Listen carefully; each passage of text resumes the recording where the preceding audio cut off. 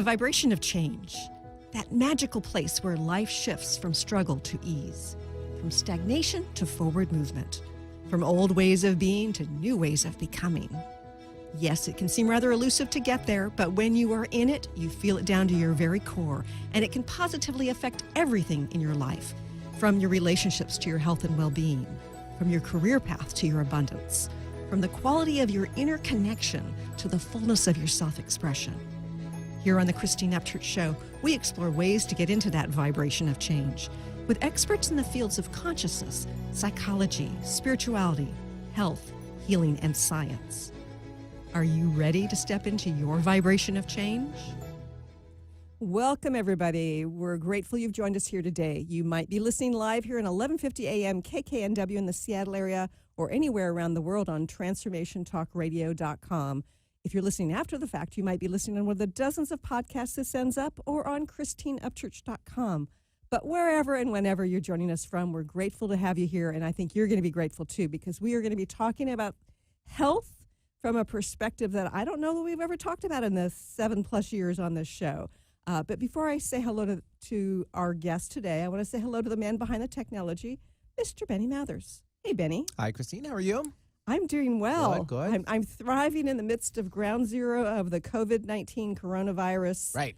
And with the construction zone, did you park your dump truck okay? Do you have plenty of room for it? Gotta make sure you got room for it. You know, it seems to me that before they're able to drive some of those big machines in the construction zones, they should take a little bit more time practicing how to maneuver out of them so they don't have to go back and forth trying to just maneuver just the right way. It's all about the pivot point. I don't know until you're in there. You don't really know. And there's some tight turns around these this building complex of ours, so to speak. Yeah. And also, it's a good lesson to me that I need to leave extra time just in case. Oh, is that what it is? Aha!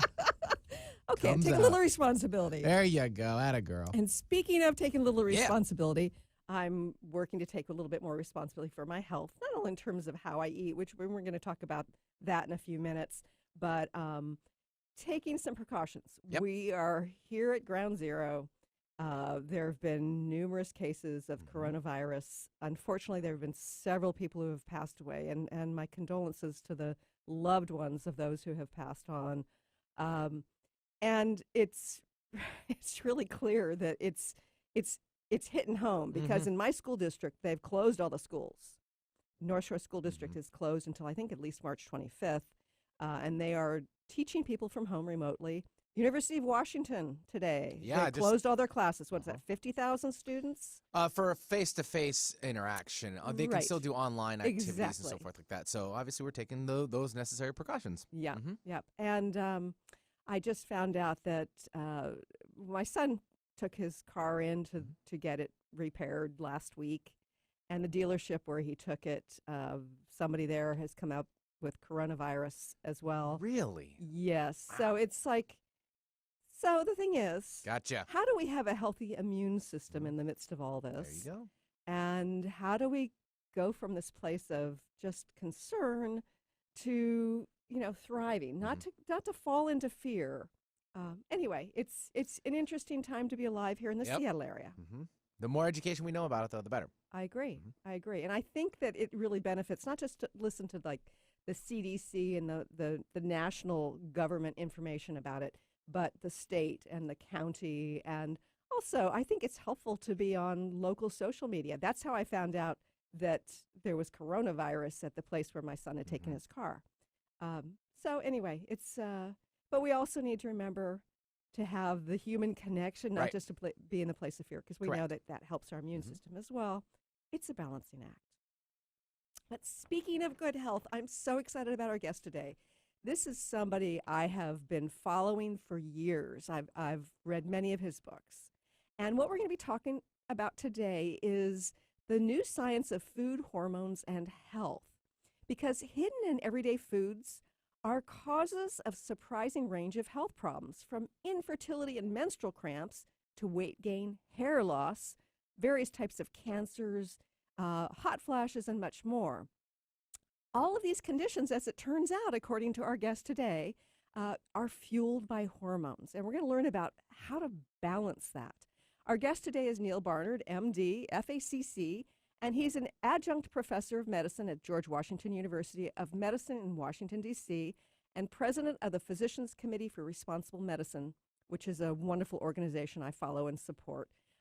Dr. Barnard has led numerous research studies investigating the effects of diet on diabetes, body weight, chronic pain, including groundbreaking study of dietary interventions in type 2 diabetes, which is really exciting, funded by the NIH, and paved the way for viewing type 2 diabetes as a potentially reversible condition for many patients. It's important information. Dr. Barnard has authored more than 90 scientific publications and 20 books, many of those I've read, for medical and lay readers, and he's the editor-in-chief of the Nutrition Guide for Clinicians, a textbook made available to all U.S. medical students.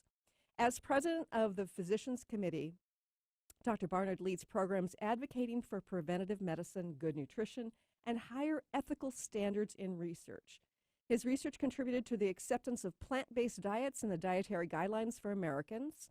And anyway, he's an amazing doctor and a good human being as well. I'd like to welcome our guest today, Dr. Neal Barnard. Welcome. Thank you. Terrific to be with you today. You know, I know eventually I'm going to be asking you about our immune system because it's relevant to what's going on in our country right now, and particularly for listeners in our area. But I am just fascinated by all the healings that you talk about in your book, Your Body in Balance, The New Science of Food, Hormones, and Health.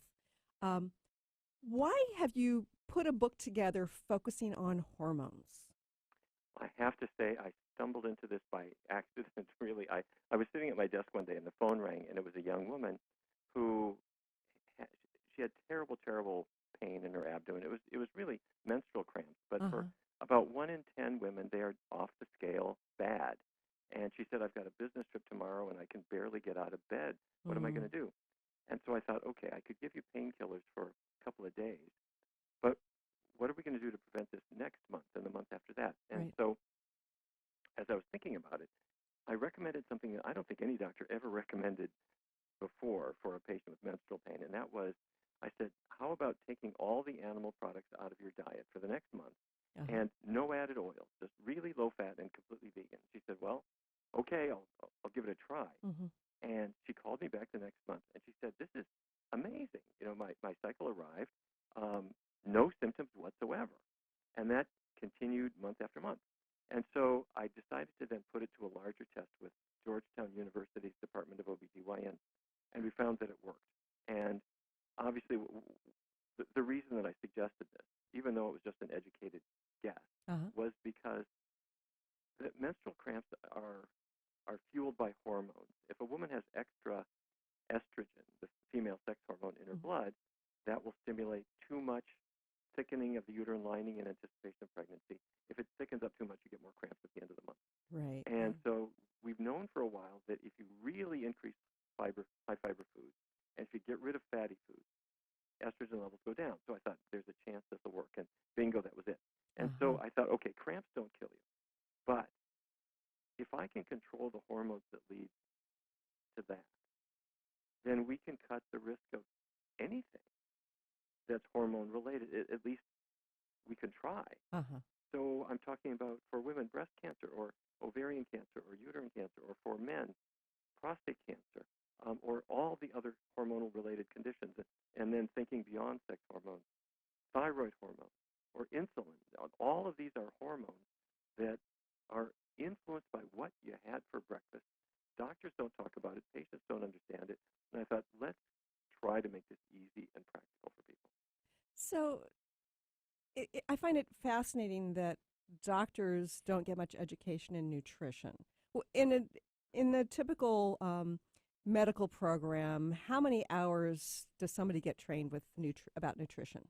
Well, it's very few hours, and equally importantly is the hours that are dedicated to it are usually to things that are not relevant to modern practice. For example, they will describe, when I was in medical school at the George Washington University, you know, we were taught the chemical structure of vitamin C, and we were told that English sailing ships had people getting scurvy because they didn't, you know, and that when they gave them limes, the scurvy went away. But how is that relevant to a person coming into my clinic with type 2 diabetes Right. or high cholesterol or overweight or any of these things. And so we really do need to change what doctors know, because they in turn can help patients.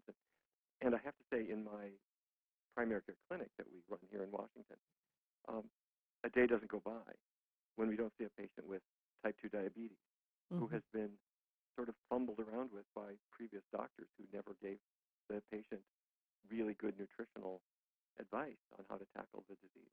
Yeah. I know, though, that some of the nutritional advice out there, even amongst more holistic practitioners, is not consistent. I'm thinking of how there are many people out there recommending more towards the keto diet, more animal protein. And what you're saying is it's important to have less. Why is that? Right. That's exactly right. The, and I feel your pain, I have to say. It's hard. It's very challenging these days when one day it's a press release goes one direction, the next day it's something else. We have identified the cause of type 2 diabetes, and it's something people are often not aware of. What happens is that insulin is made in the pancreas, and it goes to the cells of the body to help sugar get inside. Insulin is like a key that opens up each cell to let glucose come into the cell to power it. And the reason that insulin is not working well in type 2 diabetes is that the cells are all filled with fat particles. The muscle cells get fat. It's called intramyocellular lipid, but it's just fat building up inside the muscle cell, and that stops insulin from working. So it's kind of like the locks have gotten gunked up, so the keys don't work. Exactly. If somebody put chewing gum in your front door lock, there's nothing wrong with your key. Right. It's not going to get the door open. And if your cells are filled with fat, your insulin is fine, but it cannot signal the cell to open up to sugar. Okay. And so we use a diet that avoids animal fat completely. It's a vegan diet. And we keep oils low. And that cleans the fat out of the cells to a large degree. And it allows the cells to work again. Now, people, when they use a keto diet, what they're doing is they're recognizing the body needs glucose. And they are denying it glucose. They're saying, don't have any fruit. Don't have any starchy vegetables. And what they're doing is they're throwing the body into a type of starvation that forces the body to rely on fat as its energy source. And some people don't lose weight with it, some do. Many have bad side effects, and we do not recommend that diet, but it's a fad, and it comes and it goes, and I understand that people find it popular for at least the first week that they use it. Interesting. We have to go to a quick break, but stay tuned for more about how to get your body back in balance by what you eat and how it affects your hormones. Stay tuned for more.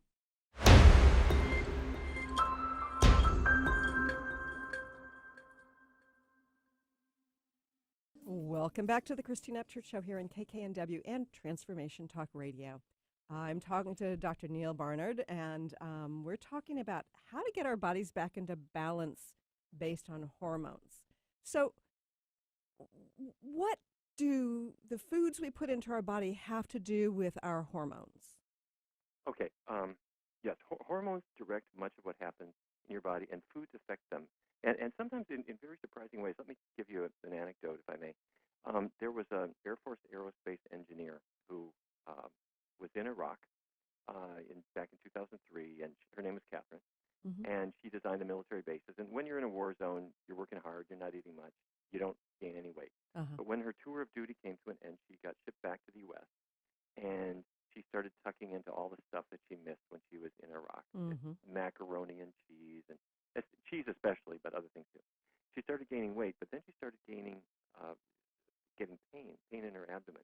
It turned out to be endometriosis, which is a condition where the cells that are supposed to line the uterus are now escaping, and they're implanting all around the abdomen. It causes terrible pain and infertility. And to make a long story short, the medical treatments didn't work, and the doctor recommended a hysterectomy for her because even though she was only 27, he said that this will at least cure your intractable pain, and you're probably infertile anyway.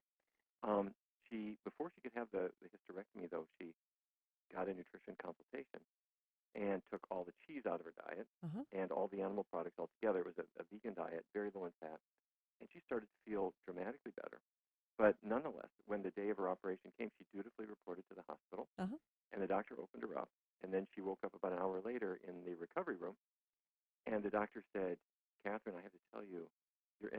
endometriosis has somehow gone away. And so I didn't feel good about doing the hysterectomy. I didn't do it. Good. You had a lot of scarring where it used to be. Anyway, she ended up having 3 children. Oh, She wow. wasn't infertile after all.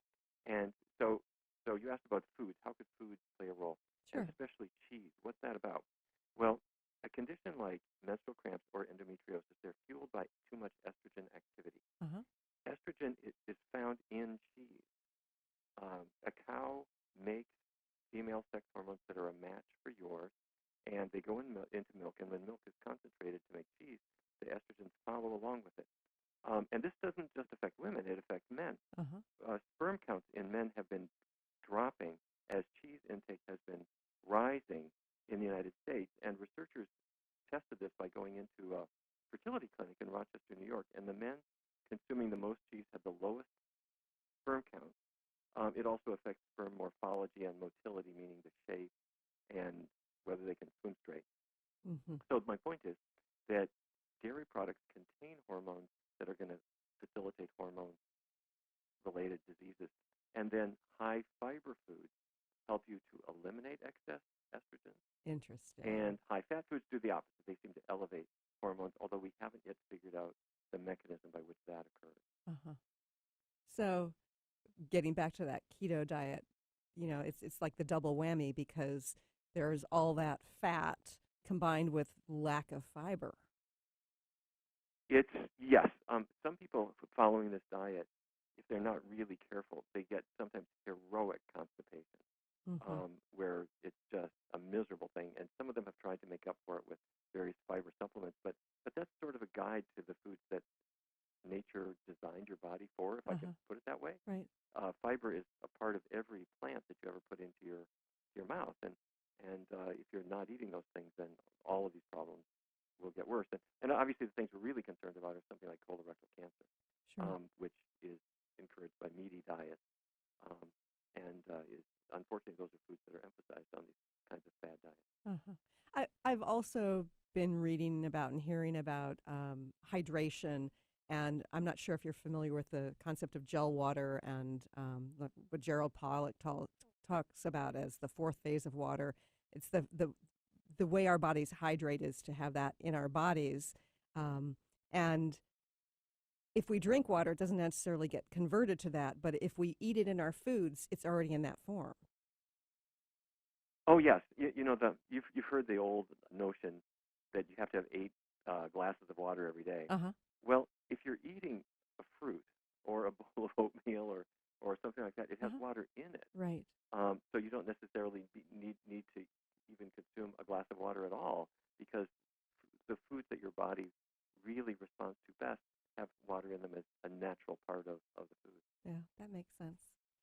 So you mentioned prostate cancer, I think, at one point. So far you've talked about, female issues, endometriosis and such. But what about prostate cancer, and how do the hormones affect that, and how does food affect that? Yes, we're still trying to understand this, but one of the things that has really come out also relates to dairy, and dairy isn't everything there is to it, but I do have to pick on it for this. If you look around the world, the dairying countries have much more prostate cancer. So Harvard researchers did a study called the Physicians' Health Study, where they found among a very large group of physicians that those who consumed the most milk had 34% higher risk of prostate cancer compared to people avoiding it. And so they then did a follow-up study called the Health Professionals Follow-Up Study, and it showed that the increased risk of cancer was now about 60%. And there was a meta-analysis that came out a couple years ago based on many studies, and they said basically, believe it, milk, when a calf drinks milk, it causes the calf's blood to have more of something called IGF-1 that is a growth stimulant caused by drinking milk. Right. And that makes sense because cows turn into very large cows over a short period of time, right? Right. Well, that's the whole point of milk from a cow. It's to facilitate that very rapid growth. But if you're an adult man or woman, growth in your body can mean growth of abnormal cells. And the IGF-1 or insulin-like growth factor, if you mix it in a test tube with prostate cancer cells, they grow like crazy. And the same is true with breast cancer cells. If Wow. you take IGF-1, mix it with breast cancer cells, they grow. So how much milk should you be feeding to your 7-year-old daughter or your 8-year-old son? The answer is none. They Right. should have mother's milk when they are a nursing baby from Mm-hmm. their own mom. Yeah. And there's never a reason to give them milk from a cow. And it's interesting because uh, we wean babies very young in this culture. And I know that if babies don't get that milk, that cow's milk, um, they'll often, they're allowed to nurse as long as possible, it can be a couple of years, 3 years out before they're completely weaned. And I think that so often people are weaning their babies onto cow's milk by 6 months, 9 months, which is Yeah, I concerning. have to. I really think that's unfortunate because your baby is not a calf, and Right. in some cases the body recognizes these foreign proteins as foreign proteins, Uh-huh. meaning that it can stimulate the or increase the risk of autoimmune conditions. This is still a matter under research, but one of the big hypotheses for the cause of type 1 diabetes is that you're exposing the child to cow's milk protein Uh-huh. that trigger the formation of antibodies that destroy the baby's own insulin-producing cells. That's Oh, still a wow. hypothesis, but there's evidence supporting it. And as a doctor, I just have to say, get your milk from your mom. Mm-hmm. And what you said is exactly right. We should allow, in the workplace, we Uh-huh. should encourage breastfeeding and or breast pumping, Yes. whatever we can to make it easy on mom to be able to breastfeed her baby. Right. That really should be part of our culture and not just something that's optional. Yeah. And I also think about the immune benefits because if mother and baby are together at least some of the time, they get exposed to the same germs. The mother's milk produces the antibodies. The baby gets it. It adds this other layer of safety, right? Not to mention the psychological benefits of mom Oh, being with yeah. baby, baby being with mom. This is part of life, and economic factors sometimes force us apart. I think the more the better. Yeah, I agree.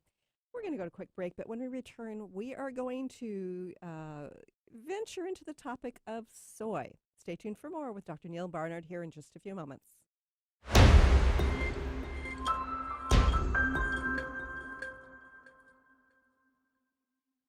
Welcome back to the Christine Upchurch Show here on KKNW and Transformation Talk Radio. I'm so excited to be talking to the author of Your Body in Balance, The New Science of Food, Hormones, and Health, Dr. Neal Barnard. Now, Neal, you were talking about, on the break, you were talking about how there are not only middle-aged people who are having issues with thyroid, but young people too. First of all, what is the thyroid? How does it serve us? And what is an imbalance like? Your thyroid gland is Clark Kent. It's this understated for people who remember Superman. Clark Kent was Superman when nobody knew it was him. He was Right. kind of the nerdy guy who worked at the newspaper, but who had secret power. Your thyroid gland is this unassuming organ at the base of your neck, but it's responsible for energy. It makes thyroid hormone, and that gets into the bloodstream, and that gives energy to all the cells of your body. So you wake up in the morning, and you're dragged out. You're fatigued. You're tired. Mm-hmm. You find yourself gaining weight, and you see the doctor, and all these are kind of vague symptoms. It's not very specific. But then you notice your skin and hair are dry, and they don't feel right. And eventually your doctor says, I think I know what this is, Mm-hmm. and draws a blood sample, and you're hypothyroid. Mm-hmm. Your thyroid gland isn't making enough. And the opposite can happen. You could be hyperthyroid, where you feel revved up and on edge, and it's unpleasant. And we are seeing more and more of it. And part of the reason is a little bit of a surprise. Your thyroid gland needs iodine. Iodine is made, it is used to make thyroid hormone. Uh-huh. And back in 1924, the Morton Salt Company marketed iodized salt with the little girl with the umbrella on the blue box. Right. And that pretty much wiped out iodine deficiency, and it really eliminated hypothyroidism to a very substantial degree. But modern people now use Himalayan salt Right. or sea salt or kosher salt, and they have their advantages, but they are typically not iodized. And so we're seeing more people become hypothyroid for that reason. And the other thing is that it turns out that certain foods appear to trigger an autoimmune reaction so that your body is attacking your own thyroid with antibodies. Mm-hmm. Now, there is still research going on in this direction, but the biggest reason why people are low in thyroid in the United States is a condition called Hashimoto's thyroiditis, which just means that your body is making antibodies to your own thyroid gland that are attacking it. And we believe that in at least some of those cases, foods are triggering the production of these antibodies. Specifically, meat and dairy products are the offenders here, we believe. Interesting. So if it's attacking your own thyroid that's getting produced, you don't have enough in your body. That's exactly right. And the opposite can occur, where you make antithyroid hormones to the regulatory part of the thyroid, so that the thyroid can't turn off. And now you're making too much thyroid hormone.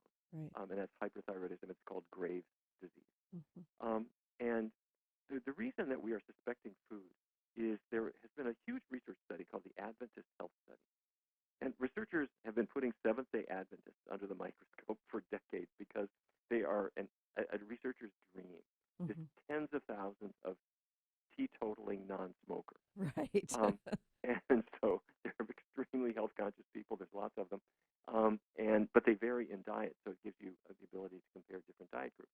And what they found is that people who avoided animal products had the least hypothyroidism, but surprisingly, the people who had the most were lacto-ovo-vegetarians, meaning they weren't eating meat, but they were making up for it with cheese or other dairy products, and they seemed to have the most. And then when it came to hyperthyroidism, again, the people on a vegan diet or the people who avoided meat and dairy had by far the least risk of hyperthyroidism. But now the people who had the most were the people who ate both meat and dairy, and they had much higher risk. So we do not yet have a good double-blind trial, or any kind of trial to see if you can prevent this or reverse it with a diet change. But what we have, we're now accumulating individual cases where people are trying it out one by one, and we're seeing a number of cases of reversal of these diseases. So don't cancel your doctor's appointment, don't throw away your pills, but there's every reason to follow a healthy diet. And for our listeners' perspective,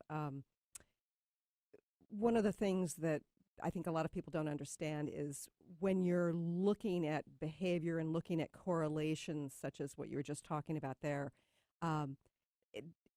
it leads to some interesting questions and some good evidence of what's going on, but you can't definitively say it from a statistical perspective until you have that double-blind randomized trial, because you cannot show causality unless you have that experiment.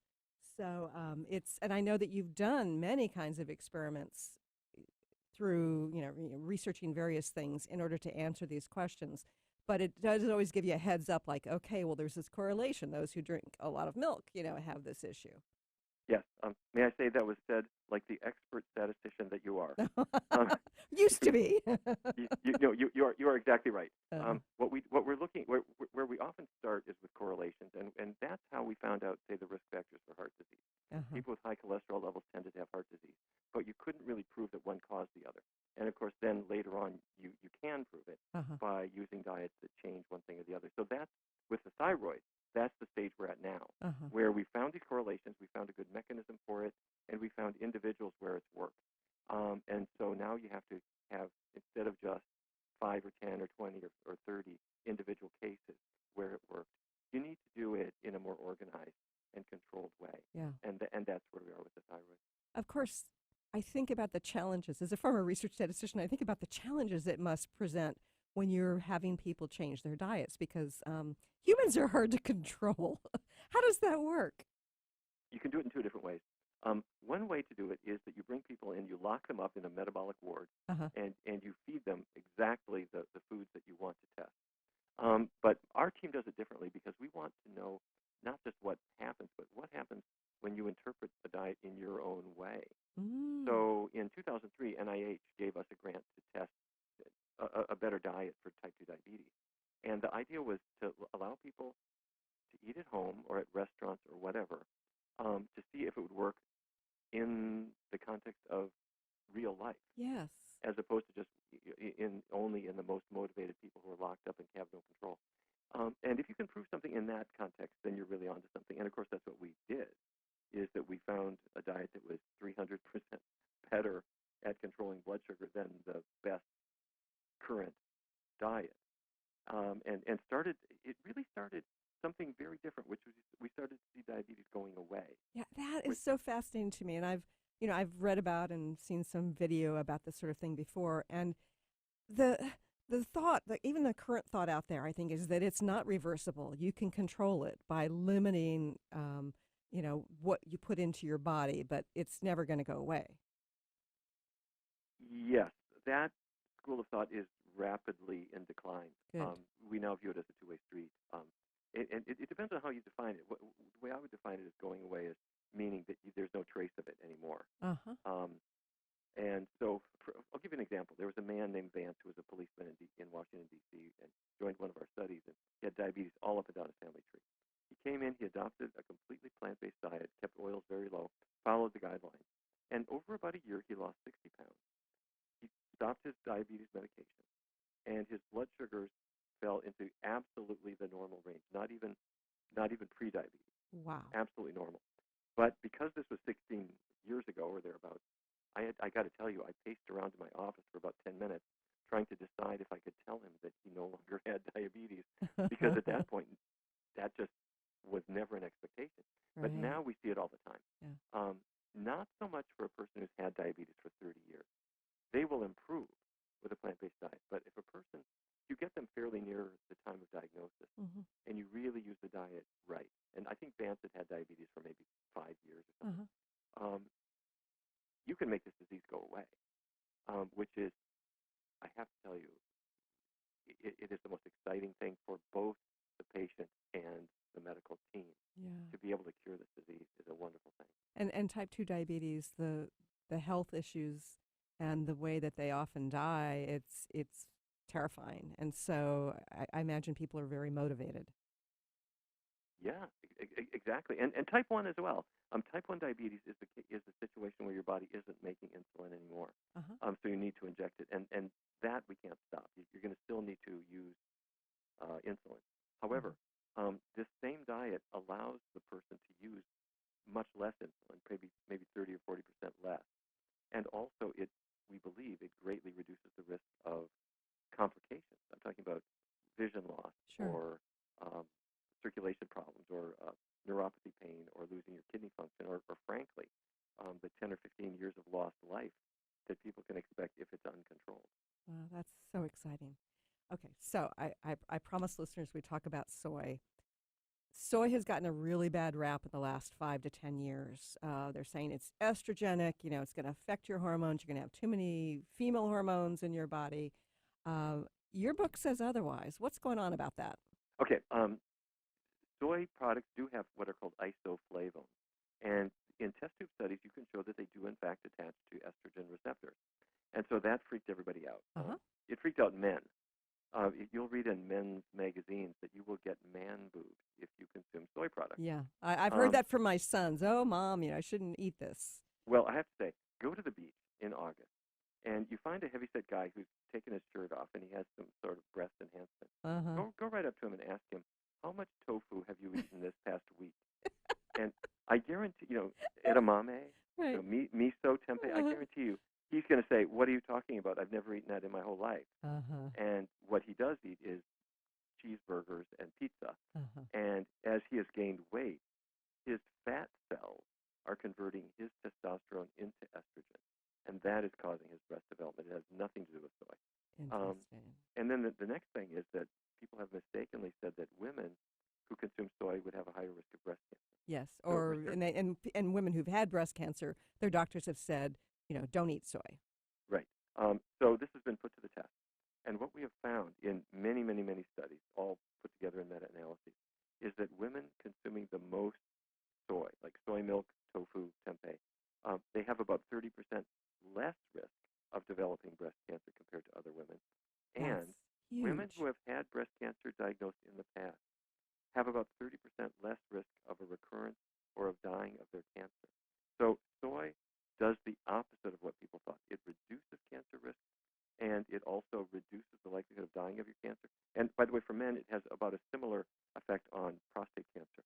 So the reason reason why is that you have more than one kind of estrogen receptor, which we didn't used to know. Your car has a gas pedal and it has a brake. Right. And where your foot goes will have a very different effect on the car. Of course. So soy products are a brake. They reduce the likelihood of developing breast cancer. And prostate cancer too, right? And prostate cancer. Yeah. And so for a well-meaning oncologist who tells a woman who had breast cancer, says, I wouldn't eat soy if I were you, you have just condemned that woman to about a 30% higher risk of dying of her cancer. It's a mistake. Wow. Plus, soy is always better than what it replaces. If you have soy sausage, then it's not going to be pork sausage. Yes. And that's a good shift. Yeah. This is fascinating. We're going to go to another quick break, but when we return, we're going to learn about how you can step into a vegan diet in order to adjust your hormones and thrive.